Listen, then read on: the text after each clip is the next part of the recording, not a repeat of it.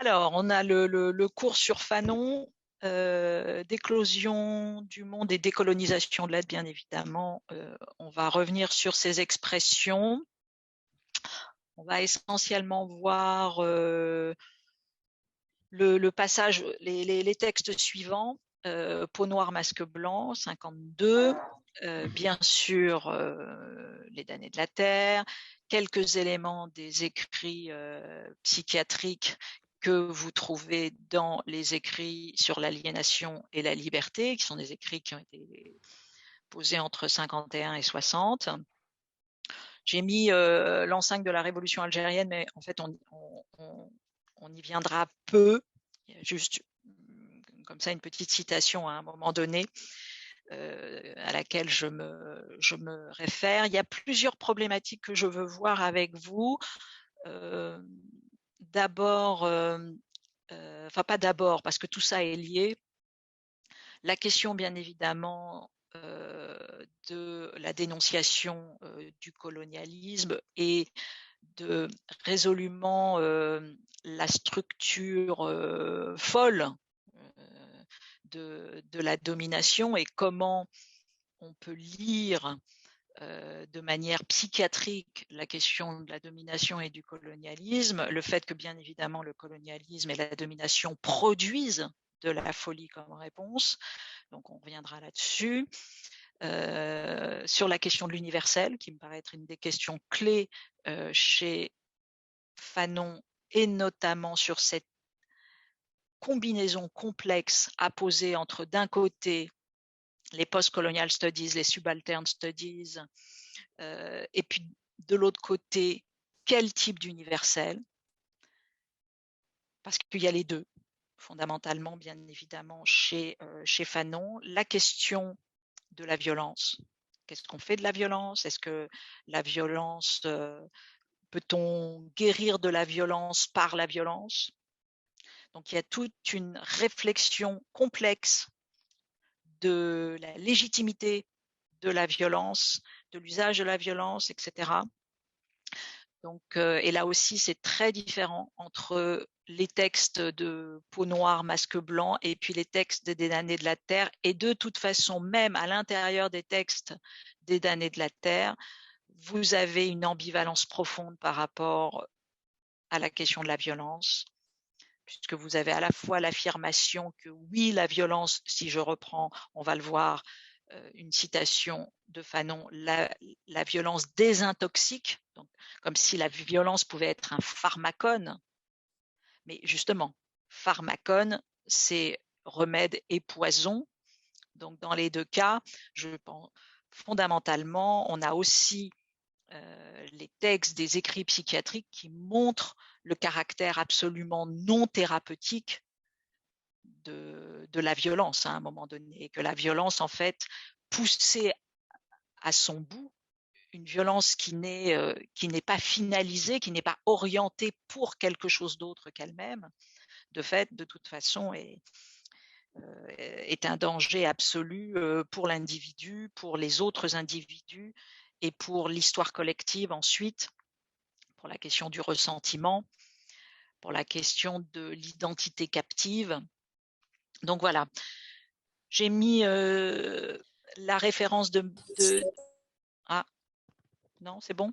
J'ai mis la référence de BMB qui me paraît clé, qui est une des préfaces de Peau noire, je crois, ou des damnés de la terre, je ne sais plus, où BMB dit voilà, on a un penseur clé qui fait face à trois grandes cliniques du réel. Ces trois grandes cliniques du réel, c'est le nazisme, le racisme, le colonialisme. Et en même temps, vous avez Fanon qui, pendant en tout cas toute une partie de sa vie, on va revenir sur quelques dates de sa vie éclair, puisqu'il est mort jeune. Justement, en même temps, il s'est pendant longtemps posé du côté de la nécessité du soin, donc de l'obligation de ne pas abandonner cette notion-là. Même s'il a, comment dire, démissionné de l'hôpital Blida, on va voir, et on a même un petit extrait de sa lettre de démission.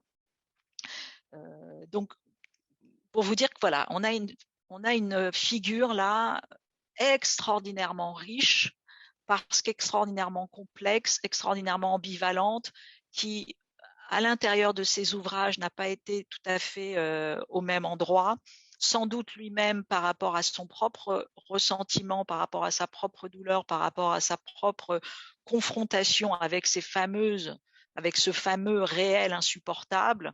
Il a bougé. Il est parti aussi vers une militance plus affirmée, et en même temps, il est également resté le psychiatre qu'il était. Il est également resté le styliste qu'il était. On va le voir dans son écriture. C'est une très belle écriture. C'est une écriture qui ne renonce pas du tout. Et je pense qu'il n'a jamais renoncé non plus à l'idée que l'on se fait de l'universel, et en même temps une critique acerbe et juste de cet universel comme fauné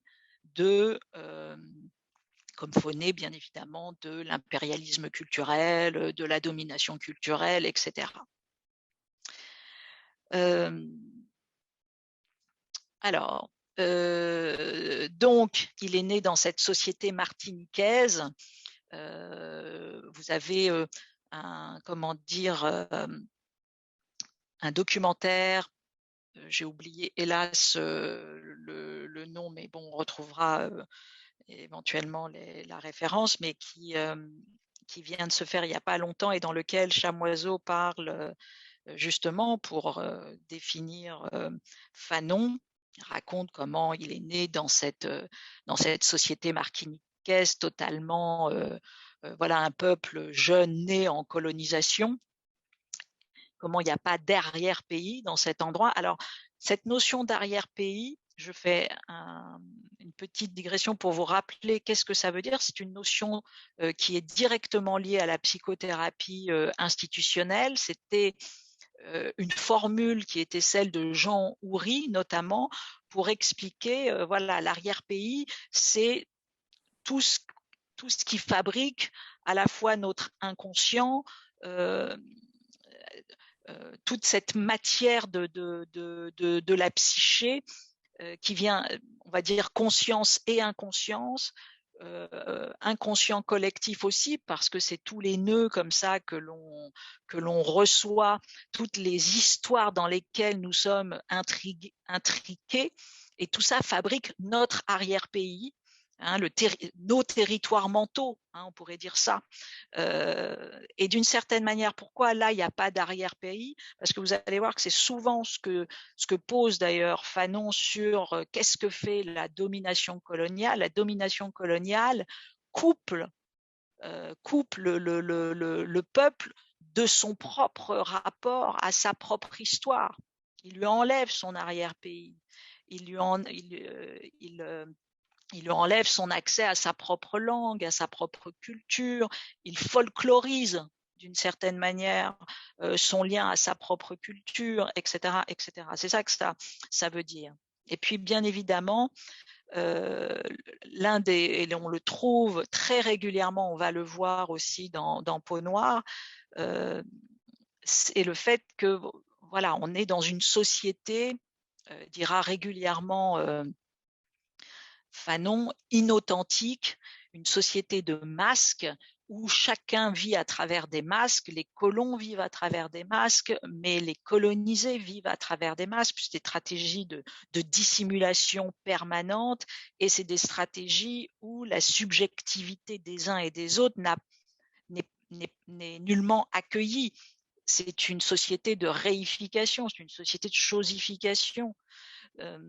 Et puis, le fait que les dominations se jouent à différents endroits, elles se jouent de façon physique, matérielle, par des spoliations, par des rapports économiques inégalitaires, etc. Mais elles se jouent sans cesse par des rapports symboliques biaisés, et puis elles se jouent de façon clinique, au sens où à l'intérieur de soi, justement, on entre dans un faux self et on intériorise la colonisation. C'est ça que raconte sans cesse Et c'est ça que dans sa clinique, notamment Fanon viendra percer à jour. Et c'est quelque chose qu'on peut mettre en lien, bien évidemment, avec, sans aller dans la colonisation, avec toutes les théories de la réification. C'est que la domination n'est pas que sur la membrane, entre guillemets, extérieure de mon être. C'est quelque chose qui entre à l'intérieur de soi. Donc, il a une quinzaine d'années au moment de Vichy. Il va suivre bien évidemment les appels à la résistance, il va s'engager, il va quitter donc la colonie pour défendre cette république à laquelle en tout cas il croit dans sa jeunesse, même s'il fait l'expérience chaque jour d'une dissymétrie dans la société martiniquaise, et donc il est bien conscient qu'il n'est pas au même endroit que n'importe quel citoyen. Il n'empêche qu'il est éduqué par la culture entre guillemets qui se veut universelle et qui veut que que ses enfants soient les fils des Gaulois, etc. C'est quelque chose qu'il dira d'ailleurs régulièrement. Alors là, c'est une lettre un petit bout qui est bien connu et qui montre déjà les premiers grands désenchantements. Vous voyez, chers parents, une lettre de 12 avril 45, un an que j'ai laissé Fort-de-France. Pourquoi? Pour défendre un idéal obsolète. Je crois que cette fois, j'y resterai. Dans toutes les bagarres où j'ai été, j'ai toujours eu le souci de vous revenir et aussi de la veine, mais je me demande en ce jour si l'épreuve ne me sera pas imposée de sitôt. Je doute de tout, même de moi. Si je ne retournais pas, si vous appreniez un jour ma mort face à l'ennemi, consolez-vous, mais ne dites jamais il est mort pour la belle cause, dites Dieu l'a rappelé à lui, car cette fausse idéologie, bouclier des, et là il y a une rature, laïciens et des politiciens imbéciles ne doit plus nous illuminer, je me suis trompée, rien ici, rien qui justifie cette subite décision de me faire le défenseur des intérêts du fermier quand lui-même s'en fout. Bon, donc tout ça, c'est pour dire que dans cette première grande phase et dans cette première grande confrontation, bien évidemment, en tant que résistance contre le nazisme, etc., à la fois, il est à son rendez-vous et déjà là, il fera l'expérience régulière des inégalités, des humiliations, des vexations subies dans le fait qu'on a beau s'engager pour la République, on a beau la défendre dans un moment des plus solennels, des plus dramatiques, des plus tragiques, il n'empêche, la République elle-même ne se tient pas bien. Alors déjà, il y a les questions de collaboration, etc. Mais il y a le simple fait de ne pas considérer celui qui est nommé français comme un Français. Bon. Donc, ce qui va changer, et sans doute qui va être un des points essentiels pour Fanon, comme pour beaucoup des post-colonial studies, des subaltern studies, et puis c'est la défaite de Dien Bien Phu qui change tout d'un coup sans doute la validation aussi par rapport, d'abord qui rend possible, c'est ça qui est extraordinaire, c'est que tout d'un coup, non seulement la lutte armée est nécessaire, mais elle est possible, elle peut vaincre. Et donc, il y a un retournement sans doute essentiel pour tous ceux qui sont du côté décolonisé.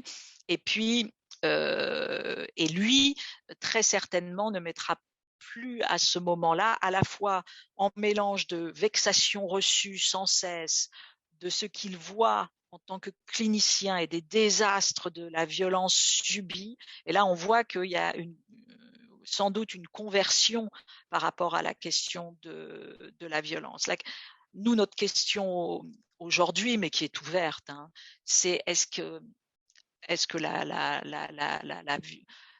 de quelle violence, jusqu'où la violence est-elle du côté de la légitime défense, jusqu'où elle peut permettre à un peuple justement de s'émanciper, de s'unifier, et jusqu'où, en revanche, elle peut devenir pathologique, dangereuse pour le peuple lui-même et une nouvelle forme d'aliénation. Voilà, donc c'est cette question, et c'est une question qui est immense.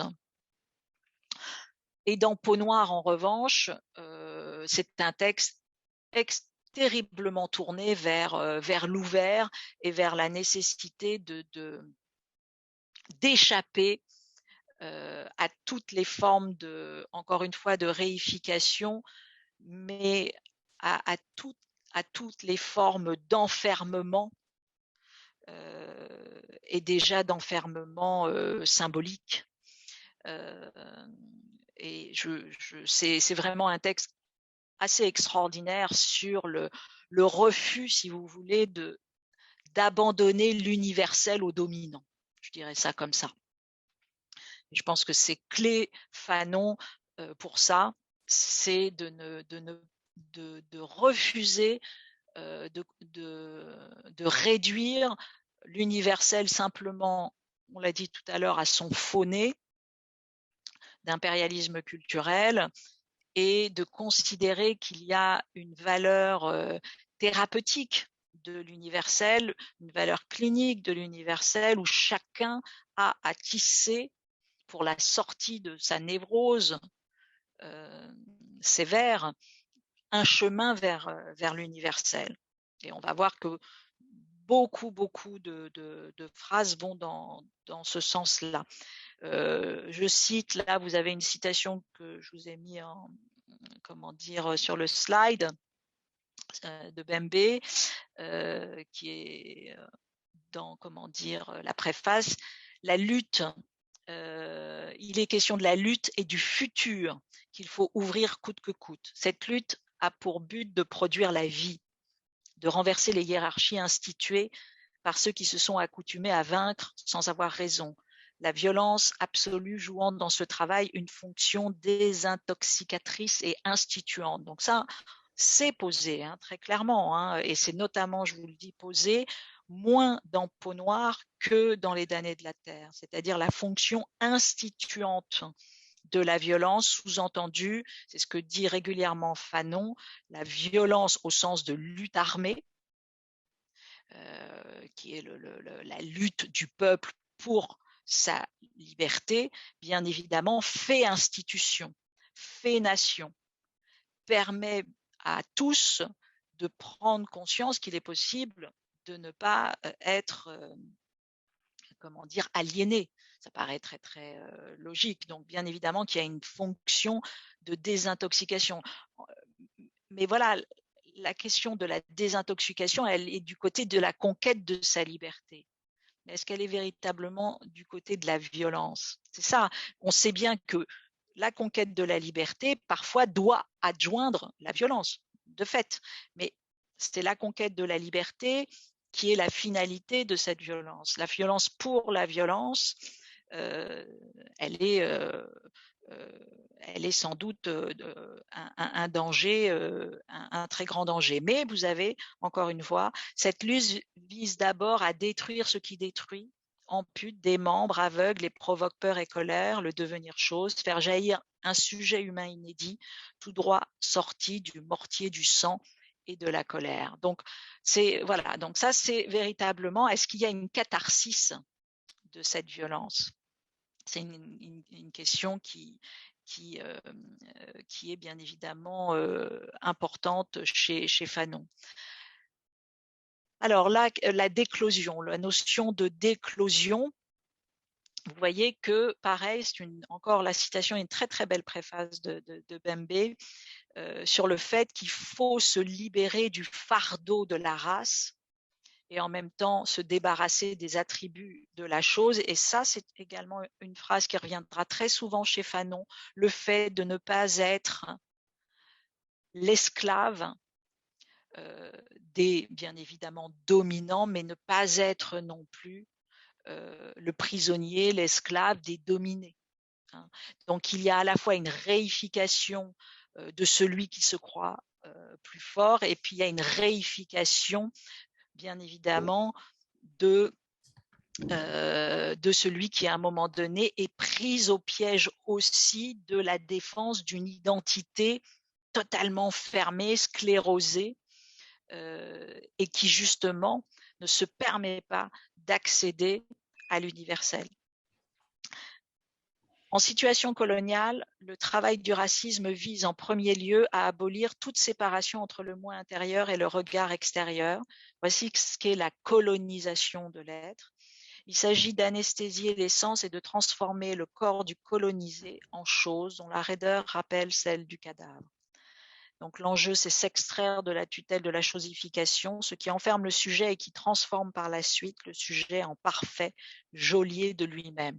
Je vous ai mis cette référence à Amartya Sen parce que vous avez chez Amartya Sen, dans un ouvrage qui n'est pas un livre, mais qui est une succession de ces Tanner Lectures, qui est donc une succession de conférences. Ça s'appelle Identity, je crois, and Captivity, ou alors liberté et identité, je ne sais plus, et où très clairement Amartya Sen, qui est assez, qui a véritablement lui aussi cette capacité de faire converger tout l'héritage des postcoloniales, des cultural studies, des subaltern studies, et en même temps cette réalité, cette revendication de l'universel et d'une historiographie de l'universel bien plus vaste, bien évidemment, qu'une seule historiographie occidentale de l'universel. Donc, et d'ailleurs, dans un petit texte qui s'appelle La démocratie des autres, c'est la même chose. Amartya Sen va sur ce territoire de comment on peut créer une histoire globale de la démocratie et s'extraire d'une occidentalisation du concept de démocratie. Et il propose voilà, des premières briques comme ça pour cette histoire plurielle ou cette pluralité des modèles démocratiques. Et là aussi qui remet encore une fois, qui sort, si vous voulez, la démocratie de son ornière simplement ethnocentrée occidentale et qui en fait une histoire globale avec la possibilité pour chacune des cultures d'inventer un état social de droit et qui renverrait à une définition de Rawls ou d'Amartya Sen, qui est de dire qu'est-ce que c'est que la démocratie? C'est l'exercice libre de la rationalité publique. Voilà. Bon. C'est la même chose quand il dit lutter contre les identités captives, c'est-à-dire que qu'est-ce que c'est que notre identité? Est-ce que notre identité, c'est s'arc-bouter sur les traditions, les coutumes, l'enfermement? Mais non, notre identité, c'est véritablement d'avoir une identité réflexive, donc capable de ne pas être son propre geôlier, capable de comprendre que nous sommes traversés par des identités plurielles, nous sommes traversés par des loyautés multiples. Donc, à la fois, nous sommes traversés par des logiques d'appartenance et de désappartenance. Voilà, c'est tout ça. Et donc, il faut toujours garder avec soi-même un lien souple. Et la meilleure façon demain de défendre nos identités, c'est d'avoir ce lien souple et pas d'être dans la psychorigidité. Alors, déclosion, ben voilà ce que c'est que la déclosion. C'est justement lutter contre la logique de l'enclos, selon laquelle les individus des groupes minoritaires sont triés, regroupés, scindés. Voilà, donc, et encore une fois, vous avez chez Fanon sans doute le fait de poser comme ça que créer la santé en soi, devenir sain, c'est justement se soigner, c'est aussi créer ce chemin vers l'universel. Mais ce n'est pas un universel, encore une fois, de surplomb, c'est un universel itératif. Ça c'est dit par, j'ai oublié à l'instant qui a cette formule-là qui est très juste. Vous avez beaucoup d'auteurs comme ça qui ont travaillé, je pense à Balibar, je pense à Alain de Libera, je pense à François Julien qui a travaillé aussi beaucoup sur cette manière d'accéder de façon plurielle et ce qui est même d'une certaine manière le test de crédibilité de cet universel. C'est que chacun d'entre nous, mais nous allons inventer ce chemin vers l'universel, et le soin est de ce côté-ci. Alors il cite dans son texte, parce que bien évidemment Césaire est un point essentiel chez Fanon aussi, en tout cas dans Peau noire, masque blanc, dans le texte de 52, et il se réfère au discours sur le colonialisme de Césaire en 50. Je parle de millions d'hommes à qui on a inculqué savamment la peur, le complexe d'infériorité, le tremblement, l'agenouillement, le désespoir, le larbinisme. Dussé-je encourir le ressentiment de mes frères de couleur, je dirais que le noir n'est pas un homme. Et ça, c'est Fanon qui s'exprime. C'est-à-dire que nous ne tendons à rien de moins qu'à libérer l'homme de couleur de lui-même. L'homme noir n'a pas à se soucier de l'homme noir. Il a à se soucier de l'homme. Voilà, donc vous voyez, hein, quand je vous disais tout à l'heure qu'il ne voulait pas être l'esclave du dominé comme du dominant. Il renvoie le blanc à sa blancheur, le noir à sa noirceur. Il s'occupe de l'homme et tous. Donc, donc il aura toujours une ambivalence. Donc à la fois la négritude, ce concept clé qu'on trouve chez Césaire, est un moment essentiel, bien sûr, de l'affirmation d'une identité, mais si on la couple encore une fois à la question de l'universel. Et donc dans Peau noire, il poursuit, je vous ai mis là encore quelques citations. Nous n'aurons aucune pitié pour les anciens gouverneurs, pour les anciens missionnaires. Pour nous, celui qui adore les nègres est aussi malade que celui qui les exècre. Inversement, le noir qui veut blanchir sa race est aussi malheureux que celui qui prêche la haine du blanc. Le noir et le blanc sont des esclaves. Le premier de sa soi-disant infériorité, le second de sa soi-disant supériorité. Tous deux esclaves d'une névrose transmise de génération en génération et validée, alors là c'est moi qui pose ça, est validée par les manquements individuels de chaque sujet, renonçant à produire une subjectivation digne de ce nom. Une forme de névrose en miroir se dessine avec le fait que voilà, il s'agit chacun de ne pas se laisser piéger par ces stéréotypies, par des visions réificatrices de nos cultures, des visions non réflexives de nos cultures, des visions non réflexives de nos histoires collectives. Et pourquoi ? Parce que, encore une fois, soit vous êtes dans le complexe de supériorité, la condescendance, la volonté d'humiliation, la jouissance par l'humiliation, et le fait que oui, vous aliénez les autres, mais vous êtes vous-même de toute façon aliéné à cette illusion délirante, parce que c'est un délire, le complexe de supériorité. Oui, sur ce compte-là, chaque jour, de produire des systèmes qui ne sont construits que par, encore une fois, la domination sur autrui, l'instrumentalisation d'autrui, le fait de nier le sujet à autrui, quelque chose qui se retourne nécessairement contre soi, qui détruit, à vouloir détruire l'humanité de l'autre. De toute façon, je détruis ma propre humanité. Et de l'autre côté, on a dans ceux qui à un moment donné vont rentrer aussi dans soit cette conviction d'être moins que rien, et ça c'est bien évidemment absolument pas possible, soit dans la haine et l'enfermement dans la haine terrible sans cesse. Alors encore une fois, il ne s'agit pas de nier la comment dire, il y a une haine qui est salvatrice, c'est ce que raconte Fanon, il y a une haine de l'autre, de celui qui nous a servi, qui est totalement salvatrice, et donc et qui nous permet de nous protéger.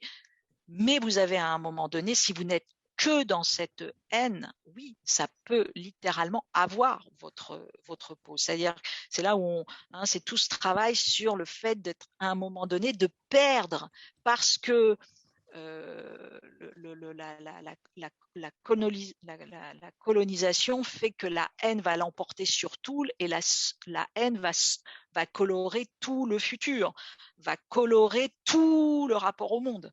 Et c'est ça le danger, c'est de faire en sorte qu'on ne bascule pas justement dans le ressentiment. Il faut rester dans la lutte armée, il faut rester dans la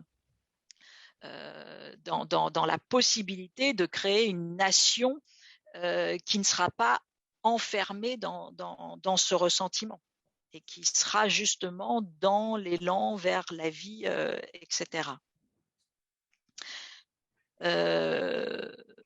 Alors, ce qui est posé ici, c'est, vous voyez, donc, alors bien évidemment, qu'est-ce qui se passe? Son repliement sur lui-même ne lui permet de faire aucune expérience positive qui compenserait son passé. De là, un très fort sentiment d'impuissance en face de la vie et des êtres et le rejet total du sentiment de la responsabilité. Les autres l'ont trahi, frustré, et c'est pourtant des autres seuls qu'il attend une amélioration de son sort. Là, c'est Fanon qui parle et qui raconte comment le colonisé à un moment donné, pris au piège de cette haine, de sa névrose de coloniser, du fait qu'il a intériorisé la colonisation de l'être, il est absolument en danger pour lui-même et pour à terme les autres, ses enfants, l'autre histoire qui va se faire ensuite. J'ai un écho, je ne sais pas si, attendez, je regarde, mais c'est vrai que je vous invite à couper pour l'instant vos micros. Alors, il n'y a pas dans le monde, ça c'est Césaire qui est en exergue du 4e chapitre de Peau noire et masque blanc, pour vous montrer là encore comment l'universel que Fanon essaye de construire, que Césaire essaye de construire et que nous tous, j'espère, nous essayons de construire, c'est un universel qui se nourrit de la clinique du réel, comme dit Bembe, c'est-à-dire de l'affrontement avec le pire.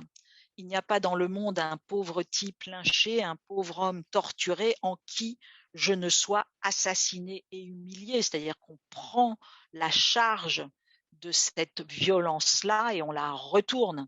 On la retourne pour précisément en faire un futur, pour s'en libérer. Et on s'en libère déjà par le style. C'est pour ça que j'ai mis un slide fardeau et style. On s'en libère déjà par le style, par le fait de récupérer son langage, de prendre la main sur le langage. La langue de Fanon, c'est vraiment un haut lieu de conquête de l'universel.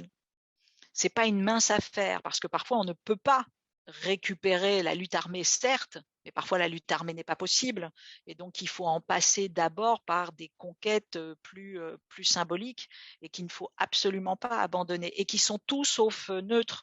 Quand tout à l'heure on a vu que qu'est-ce que faisait la colonisation, c'est ce qui est raconté ici.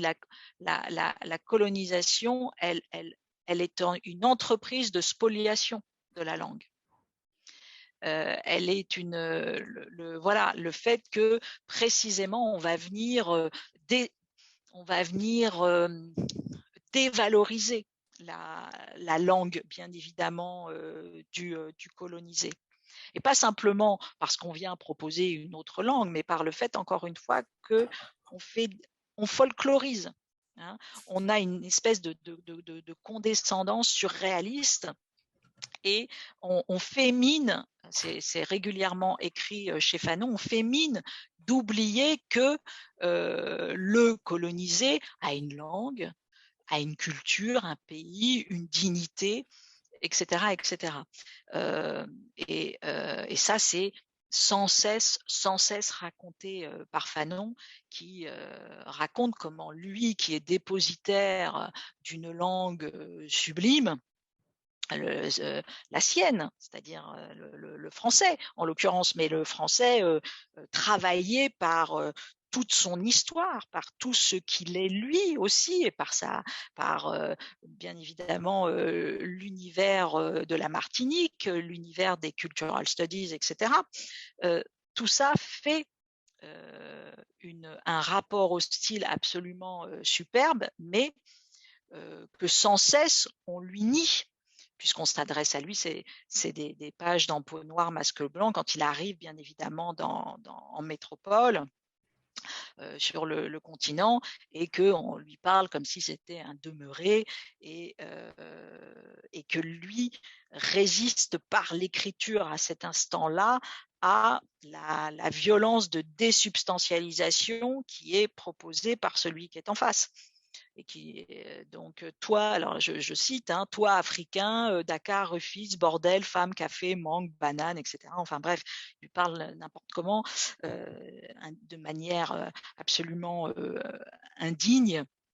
Et c'est ça qui est génial chez absolument Fanon, c'est qu'il écrit, voilà, l'homme est mouvement vers le monde et vers son semblable.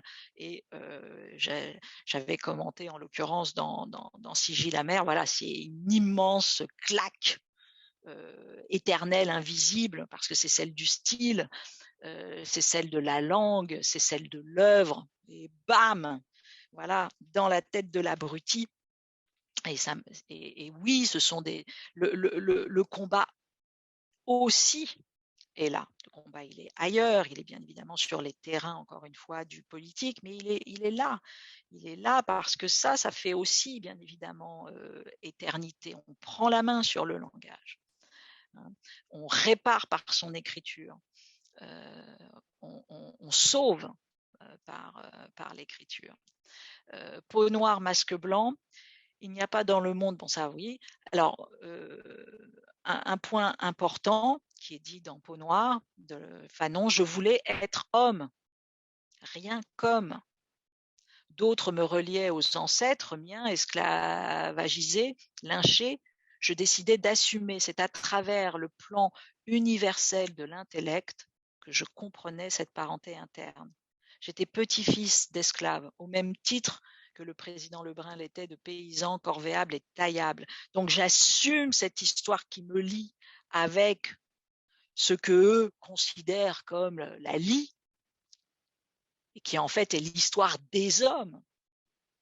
Nous sommes tous reliés à tous ceux qui ont été esclavagisés avant nous, et nous assumons cette histoire non pas comme une honte, mais comme la lutte chaque jour pour l'universel, pour l'émancipation, pour la liberté. Voilà. Alors après, il y a mille chemins, hein. C'est cette proposition qui est faite là. La charge d'assumer les parentés internes qui nous lient les uns aux autres, nous tous humiliés, mais nous tous renaissants, c'est à travers le plan universel de l'intellect. Ça, c'est une phrase qui, immédiatement, pour moi, a fait écho à Mallarmé. Je l'ai mis plus loin, puisque Mallarmé, dans une lettre à Gazalis, 1867, écrit « Je suis maintenant impersonnel et non plus Stéphane que tu as connu, mais une aptitude qu'a l'univers spirituel à se voir et à se développer à travers ce qui fut moi. » Donc franchement, entre l'aptitude qu'a l'univers à se voir, et c'est à travers le plan universel de l'intellect que je comprenais cette parenté interne. Je crois qu'il y a vraiment, voilà, comment par la médiation de l'universel, on fait lien avec soi, on fait lien avec son histoire la plus sombre, mais ça marche aussi dans les deux sens. Par l'histoire la plus sombre, par l'histoire qui voudrait me réifier, je prends le chemin vers l'universel. Là aussi, voyez, je me sens une âme aussi vaste que le monde. C'est Fanon qui parle. Véritablement une âme profonde comme la plus profonde des rivières. Ma poitrine a une puissance d'expansion infinie. Et alors, c'est pour ça que je reviens avec ce point de l'universel, parce que chez Fanon, vous avez, on l'avait dit tout à l'heure, vous avez bien évidemment une critique du faux universel, de l'universel c'est-à-dire que l'universel qui n'assume pas ses parentés internes avec toute l'histoire du massacre, entre guillemets, par les impérialismes culturels n'est pas un universel digne de ce nom. C'est un universel de pacotille, c'est un universel de discours. Donc, c'est pour ça qu'il écrit « J'ai à peine ouvert les yeux qu'on avait bâillonnés, et déjà que l'on veut me noyer dans l'universel. J'ai besoin de me perdre dans ma négritude, de voir les cendres, les ségrégations, les répressions, les viols, les discriminations, les boycottages. Nous avons besoin de toucher du doigt toutes les plaies qui zèbrent la livrée noire. » Donc, encore une fois, hein, il s'agit, c'est pour ça que j'ai mis l'universel par la négritude, il s'agit à la fois de faire lien vers l'universel par l'affirmation la plus frontale de cette histoire-là. Et en même temps, aussi avec une possibilité de s'en extraire. Pourquoi ? Parce que si on ne s'en extrait pas, il y a le risque de l'enfermement, de l'identité captive, de l'identité ressentimiste. Et c'est là aussi écrit à un autre endroit dans Peau noire, masque blanc. Les nègres sont en comparaison. Ils sont toujours tributaires de l'apparition de l'autre. Il est toujours question de moins intelligent que moi, de plus noir que moi, de moins bien que moi. Toute position de soi, tout ancrage de soi entretient des rapports de dépendance avec l'effondrement de l'autre. Être dépendant de l'effondrement de l'autre. Ça fait bien évidemment écho à quelque chose qui, encore une fois, n'a nul besoin de la colonisation pour s'exprimer, hein, qui s'appelle la rivalité mimétique, mortifère, le fait à un moment donné d'avoir son sujet prisonnier de la comparaison, voilà, de la plus petite différence, de l'aliénation tout simplement. Et donc, il faut encore une fois s'extraire de cela. Il le dit, hein, je ne veux pas être la victime de la ruse d'un monde noir. C'est trop petit, le monde noir, comme le monde blanc est trop petit. Le seul monde viable, c'est celui qui est immense. Alors vous me direz, mais ça n'existe pas. Ça n'existe pas dans les faits. Le monde est toujours fermé, sclérosé. Il est toujours noir, blanc, demain chinois, que sais-je, etc. Oui, dans la réalité sociale, mais pas dans le réel, pas dans l'émergence, pas dans le style, pas dans ce que nous tissons dans la lutte. Là, les petits mondes adjectivisés, ou je ne sais plus comment on dit, adjectivés, qui ont des adjectifs, ça n'a pas de sens. Et c'est d'ailleurs ça l'importance de l'œuvre, c'est que, bien évidemment, principe d'augmentation, on devient auteur et on ouvre. On ouvre bien évidemment le monde, on sort encore une fois de cette colonisation intériorisée. Hein, le style permet le style au sens de l'œuvre permet d'échapper à ça. Alors, voilà encore, vous voyez, je ne suis pas esclave de l'esclavage qui déshumanisa mes pères. Donc, dans un monde, c'est là où je mets création vitaliste de soi par soi, c'est ça l'enjeu, c'est ça se soigner. S'il fallait définir qu'est-ce que c'est que le soin premier. Le soin premier, c'est d'avoir ce rapport vitaliste de soi à soi. Dans le monde où je m'achemine, je me crée interminablement, de ne pas lâcher là-dessus. Je dois me rappeler à tout instant que le véritable saut consiste à introduire l'invention dans l'existence. C'est ça oublions 2 secondes Fanon, oublions l'histoire, son contexte à l'instant T. Nous, si nous sommes aujourd'hui dépositaires de Fanon, en tout cas de ce Fanon-là, parce qu'il y a plusieurs Fanons, c'est ça, c'est d'aller activer dans le soin la part de création vitaliste que permet le soin. de ne pas être l'otage de ces, encore une fois, de ces névroses. Voilà, hein, c'est ce que raconte la psychanalyse, ce que raconte la philosophie. Voilà, nous sommes structurés par nos névroses, nous les assumons, nous faisons lien, nous tissons avec elles et sans cesse, sans cesse, nous tentons d'y échapper. Alors, donc là, ce qui est un des enjeux clés que vous trouvez à la fois dans l'enceinte de la révolution algérienne, mais que vous trouvez dans les écrits sur l'aliénation et la liberté, qui sont un peu tous les études de cas, et puis également les écrits, les journaux qui ont été faits à Blida, Joinville, donc à l'hôpital où a officié pendant un certain temps Fanon. Fanon est un enfant de la psychothérapie institutionnelle, donc il a absolument pris toutes les façons de faire de la psychothérapie institutionnelle, les clubs, les journaux, en gros, aller chercher toutes les moindres possibilités de s'extraire de la colonisation de l'être, alors même que bien sûr,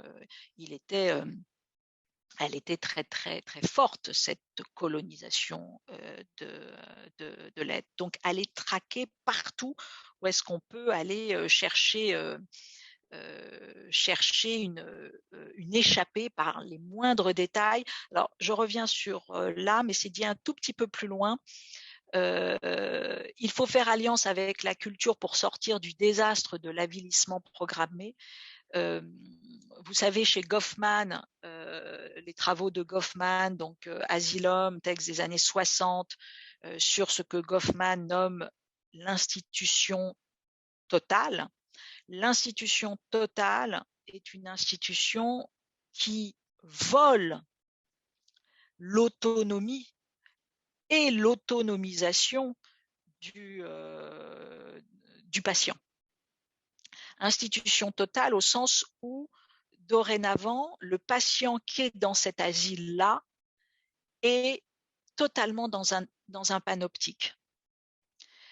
C'est ce que Goffman appelle souvent la litière du quotidien, en reprenant d'ailleurs la formule de Flaubert, et puis et il parle de profanation de la personnalité. Il explique comme ça comment chaque seconde de cette institution totale qu'est l'hôpital psychiatrique est utilisée pour aliéner davantage encore le patient, qui va ne plus pouvoir rien faire.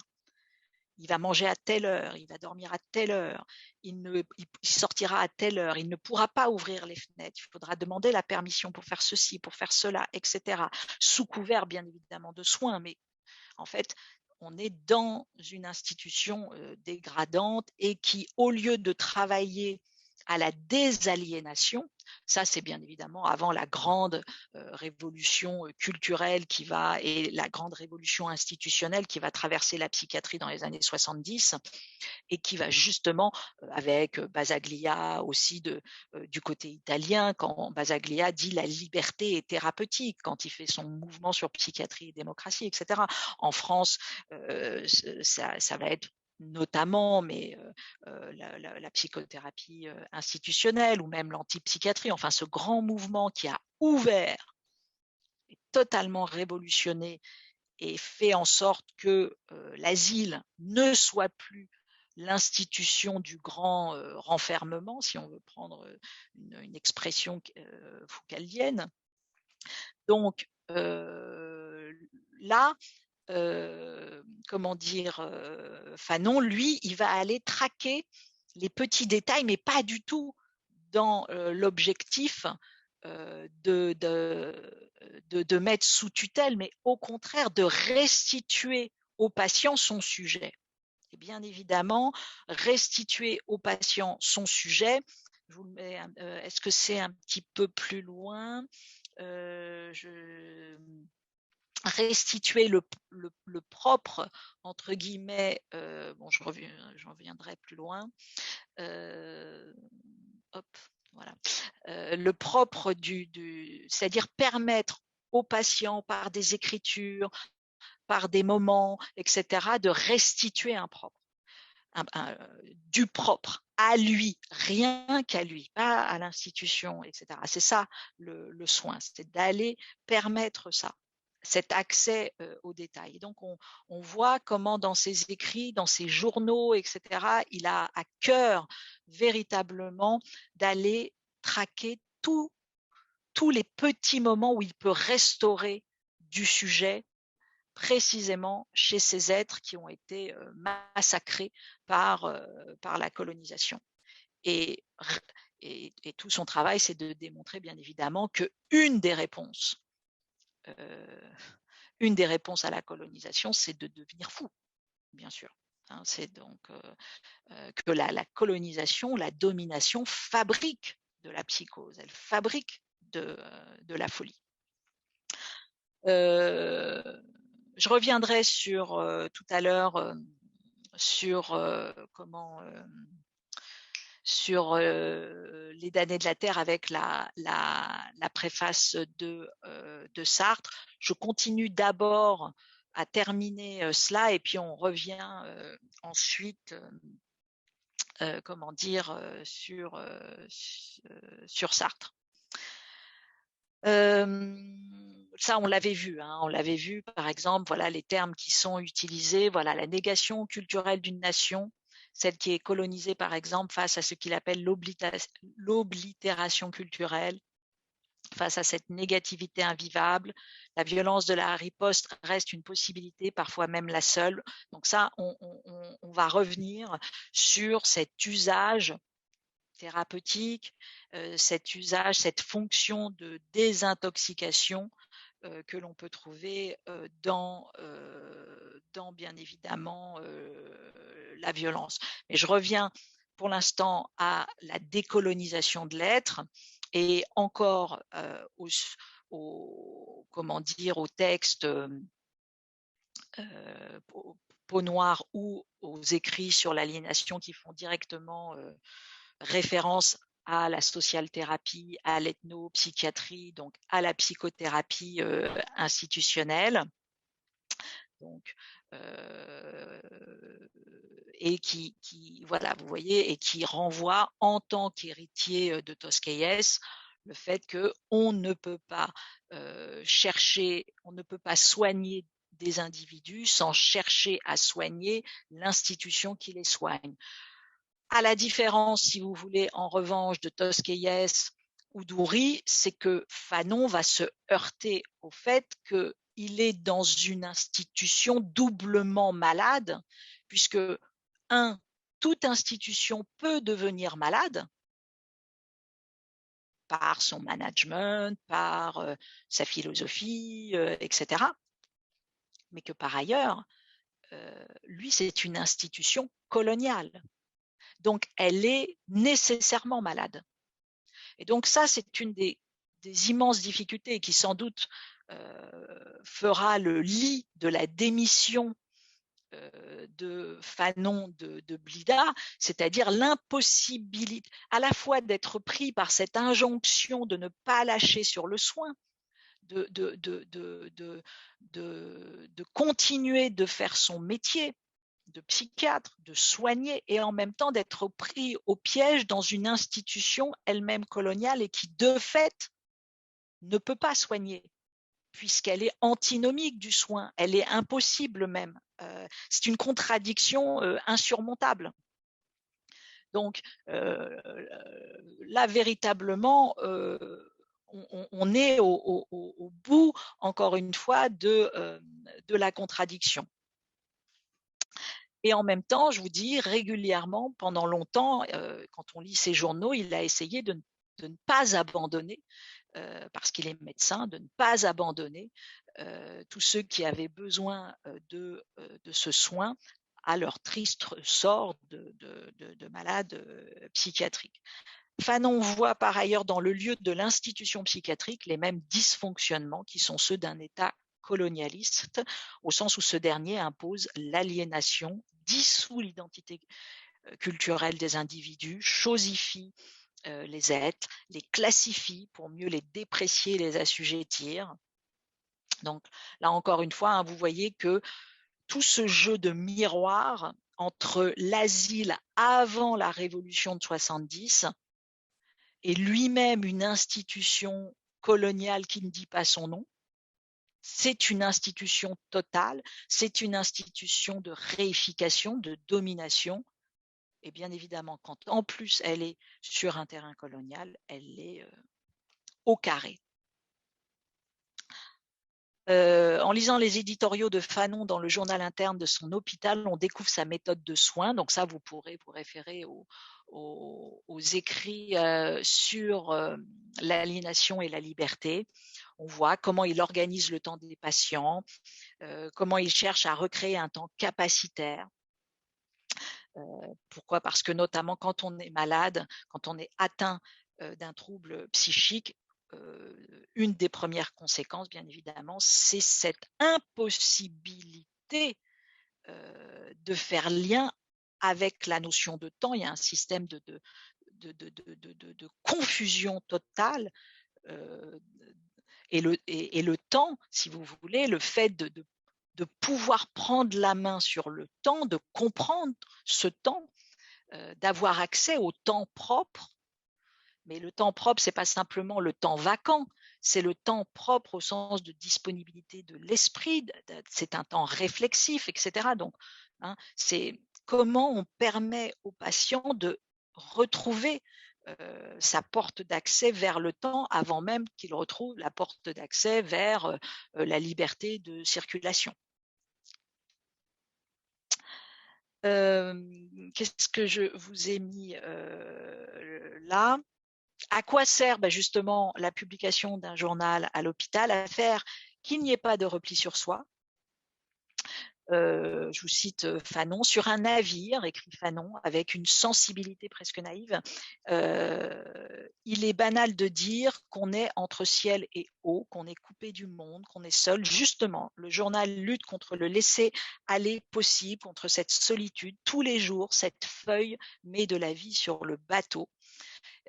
Voir l'hôpital comme un navire, la cure comme une traversée, montre que, vous voyez, même au cœur de cette institution indigne, coloniale, il ne veut pas lâcher, il veut continuer d'essayer de produire un geste de social thérapie, un geste de psychothérapie institutionnelle et voilà, de permettre aux patients, aux corps soignants de tenir le journal, de participer à l'écriture du journal, de participer à ces clubs, à ces exercices sans cesse où la réflexivité des soignants, la réflexivité des patients sont convoqués. Voilà, toujours. Toujours défendre, encore une fois, l'homme et mouvement vers le monde et son semblable. C'est ça, être garant d'un soin. C'est être garant de cet axiome-là. Là encore, quand Fanon défend l'attention aux petits détails, je le redis, ce n'est pas une visée totalitaire. Il s'agit pour lui de respecter dans l'infime, l'intimité, ce que le patient considère comme à lui, propre, son nom, ses vêtements. Donc c'est vraiment l'antithèse de les profanations de la personnalité chez Goffman. Qu'est-ce que c'est les profanations de la personnalité chez Goffman? C'est justement le fameux rituel d'admission où le patient est déshabillé, ses bijoux lui sont enlevés, aujourd'hui son téléphone portable, que sais-je, enfin bref, on lui enlève tout. Alors que précisément, c'est dans ces petits détails, ces petits propres qu'il y a de la stabilité. Des positions de réassurance, de consolidation, de reconnaissance de son identité. Donc ça, c'est voilà, un des points essentiels. Voilà ce que c'est que le soin. Vous voyez, c'est dans le journal Fanon. À chaque grande secousse de la vie, l'homme a besoin de retrouver ses dimensions. Il a besoin d'assurer ses positions. Nous ne devons pas collaborer à la destruction de ses positions. Donc le travail encore une fois, de la psychothérapie institutionnelle, là, c'est ça, hein, c'est de constituer partout, comme ça, des stances où le sujet peut se poser et être lui, ou en tout cas, faire ce chemin, on pourrait dire vers l'universel, mais vers son propre. Hein. Alors, les damnés de la terre, c'est un texte pour le coup, voilà, très différent, qui arrive dans un temps où Fanon a démissionné de Blida, s'engage vers un chemin beaucoup plus militant, vers une conversion musulmane, vers un sentiment justement qu'il faut en passer par la lutte armée. Il y a eu l'expérience d'Ien Bien Phu, il y a l'expérience du FLN, il se fait algérien avant l'heure. Et c'est vrai que la préface de Sartre va aller souligner de manière très forte toute cette nouvelle fonction régulatrice de désintoxication de la violence, comme s'il y avait une conversion, une catharsis, conversion morale possible par la violence, conversion, et puis bien évidemment, et puis la fonction instituante de la violence, au sens où la nation se fait nation dans cet acte-là. C'est ce que dira Fanon et ce que souligne Sartre. Et pourtant, dans les damnés de la terre, il y a aussi tout un autre pan qui maintient encore ce lien à l'universel, ce lien où Fanon est absolument conscient que nous, on ne peut pas avoir une vision romantique, thérapeutique de la violence. Et qu'à un moment donné, la violence se retourne contre le sujet, quel qu'il soit. Donc, il y a véritablement les deux. Alors, je vous ai mis là, ici, quelques éléments, mais lisez la préface, enfin, lisez, enfin non, de toute façon. L'élite européenne entreprit de fabriquer un indigénat d'élite. On sélectionnait des adolescents, on leur marquait au fer rouge les principes de la culture occidentale. Ça, c'est votre humanisme nous prétend universel et vos pratiques racistes nous particularisent. C'est ce que raconte Sartre, bien évidemment, avec une critique acerbe du discours de l'universel qui n'en est pas un. Cette Europe qui massacre l'homme partout. La vraie culture, parce que Fanon, c'est aussi un héritage socialiste, c'est un héritage même marxiste. Et donc, la vraie culture, dit Fanon régulièrement, c'est la révolution, le socialisme. Et d'ailleurs, pas la culture africaine, pas la culture occidentale. Voilà un chemin là, direct vers l'universel. Bien évidemment, le Sartre, la violence, qu'est-ce que c'est que la violence coloniale? C'est une domination et c'est une déshumanisation.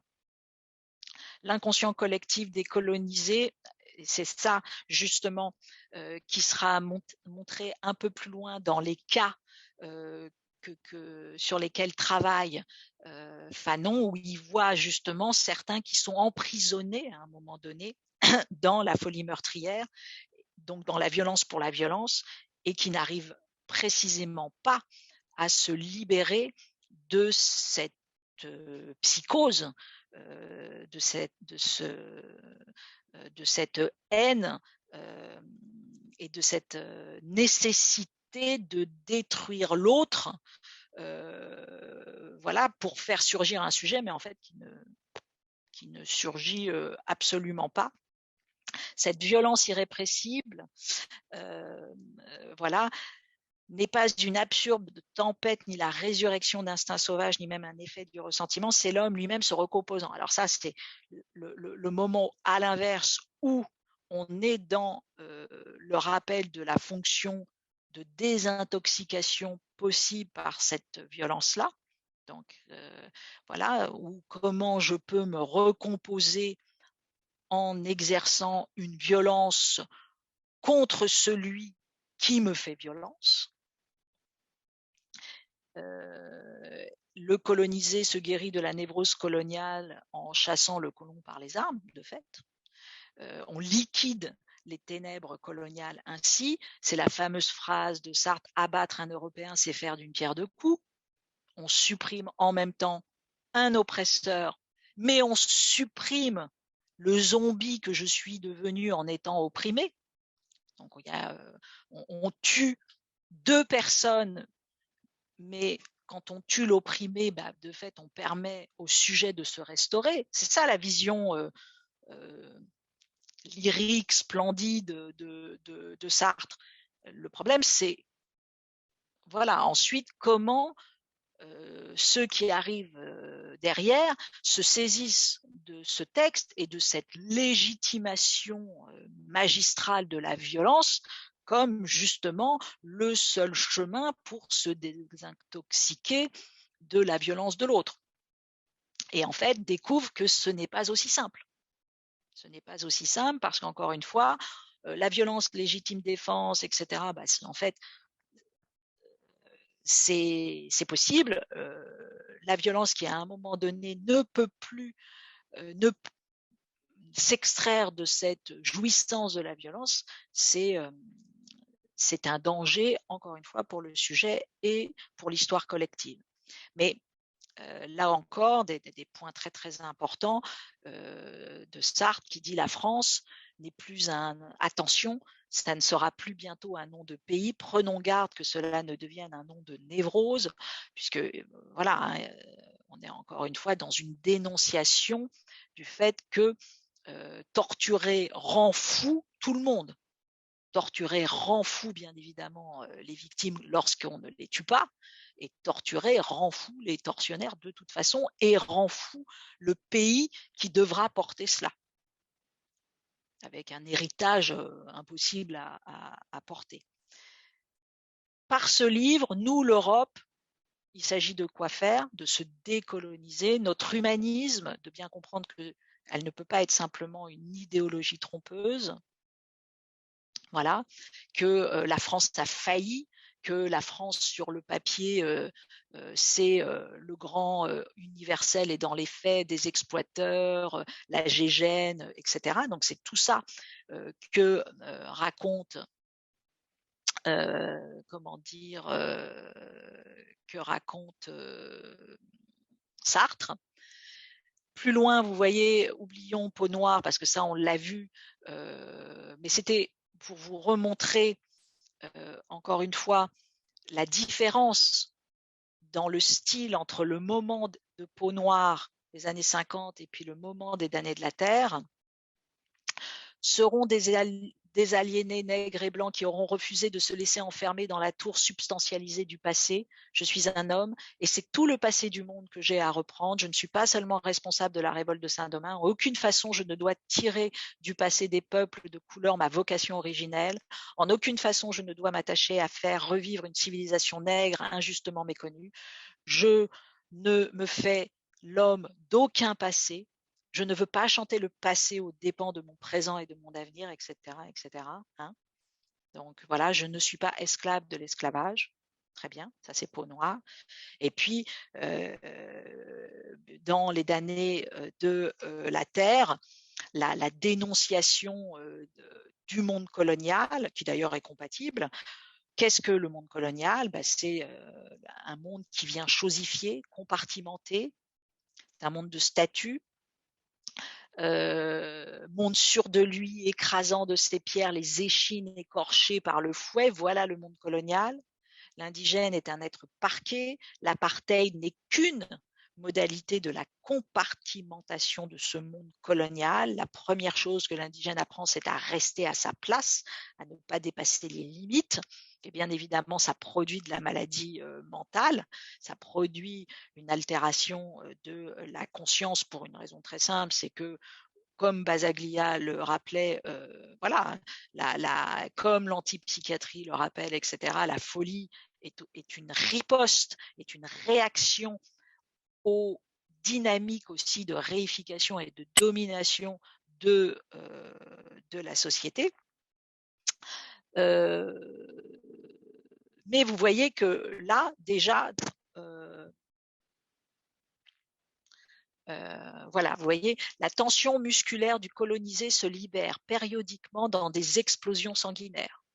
Lutte tribale, etc., lutte rendivienne, autodestruction collective très concrète dans les luttes tribales, telle est donc l'une des voies par où se libère la tension musculaire du colonisé. Tous ces comportements sont des réflexes de mort en face du danger, des conduites suicides qui permettent aux colons dont la vie et la domination se trouvent consolidées d'autant de vérifier par la même occasion que ces hommes ne sont pas raisonnables. Alors, c'est là où, dans un deuxième temps, bien évidemment, cette destruction qui jamais ne s'arrête pourra être utilisée contre les colonisés eux-mêmes comme validation de leur sauvagerie.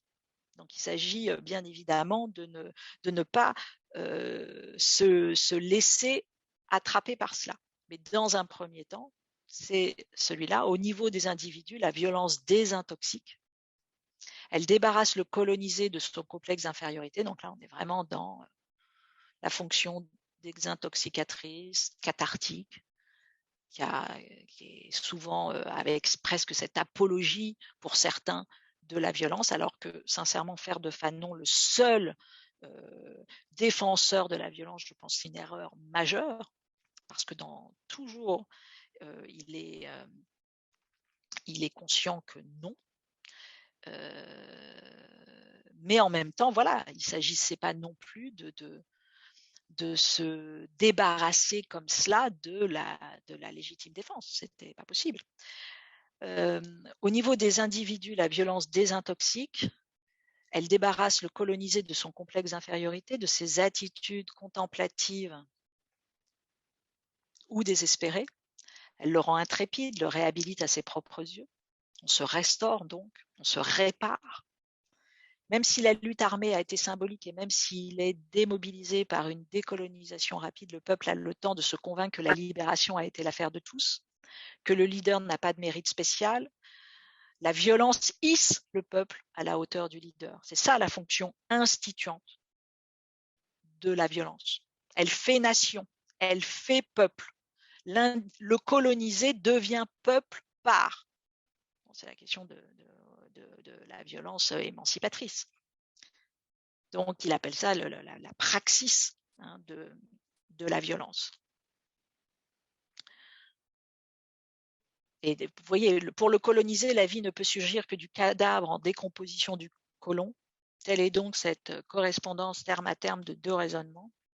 Construire la nation par la violence. Cette praxis violente est totalisante, puisque chacun se fait maillon violent de la grande chaîne, du grand organisme violent surgi comme réaction à la violence première du colonialiste. La lutte armée mobilise le peuple, c'est-à-dire qu'elle le jette dans une seule direction, le sens de son histoire à venir. Bon, donc ça, je crois que vous avez compris maintenant l'ambivalence de cela. La violence du colonisé unifie le peuple. Le colonialisme est séparatiste et régionaliste. Oui, de fait, puisque c'est les luttes. Voilà, il se contente de constater l'existence de tribus, il les différencie, oui, divise pour mieux régner, si on voulait le dire de façon très pragmatique. Le système colonial alimente les chefferies, réactive les vieilles confréries maraboutiques, etc. La violence, elle est totalisante. Oui, la violence, elle unifie la masse. La masse est unifiée par la violence, et avant même de se constituer par la constitution politique, elle se constitue par la force, de fait. On fait nation par la force. C'est ça que ça veut dire. Au niveau des individus, la violence désintoxique. Bon. Seulement, dans les écrits cliniques, vous verrez que non, ils voient les dégâts de la violence, certes de la violence subie, de tous ceux qui ont subi les tortures, etc. Vous avez les cas après le sérum de vérité, le cas après les tortures à l'électricité, les tableaux psychiatriques rencontrés, et puis vous avez à un moment donné un cas qui s'appelle assassinat de leurs camarades de jeu européens, enfin bref, qui est voilà, où là, il voit que la violence pour la violence, voilà, un jeune qui a massacré au sens quasiment banal, comme les Hutus pouvaient aller massacrer leur ancien camarade de jeu Tutsi. Bon, et boum, il le massacrait à la machette. Là, voilà, il est allé voir ce colonisé qui assassine son camarade de jeu européen et il voit bien que la violence n'a restauré aucun sujet chez ce colonisé, c'est un psychotique total, qu'il n'y a absolument pas de vie intérieure, qu'il y a un puérilisme mental, qu'il n'est que agressivité pure et qu'on ne fabrique pas, bien évidemment, une nation avec ça. Donc, que ça ne pourra pas. Voilà, c'est là où, si vous voulez, le romantisme de la violence s'arrête. C'est pas possible. Hein. Donc ça, dans les écrits cliniques, on a véritablement ce point. Là, je vous ai mis la lettre de démission de l'hôpital Blida. Mais que sont l'enthousiasme et le souci de l'homme si journellement la réalité est tissée de mensonges, de lâcheté, du mépris de l'homme? Que sont les intentions si leur incarnation est rendue impossible par l'indigence du cœur, la stérilité de l'esprit, la haine des autochtones de ce pays? La folie est l'un des moyens qu'a l'homme de perdre sa liberté. Et je puis dire que placé à cette intersection, j'ai mesuré avec effroi l'ampleur de l'aliénation des habitants de ce pays. Si la psychiatrie est la technique médicale qui se propose de permettre à l'homme de ne plus se sentir étranger à son environnement, je me dois d'affirmer que l'arabe, aliéné permanent dans son pays, vit dans un état de dépersonnalisation absolue. Donc c'est ça, hein, voilà, donc c'est là où on a une structure en miroir total où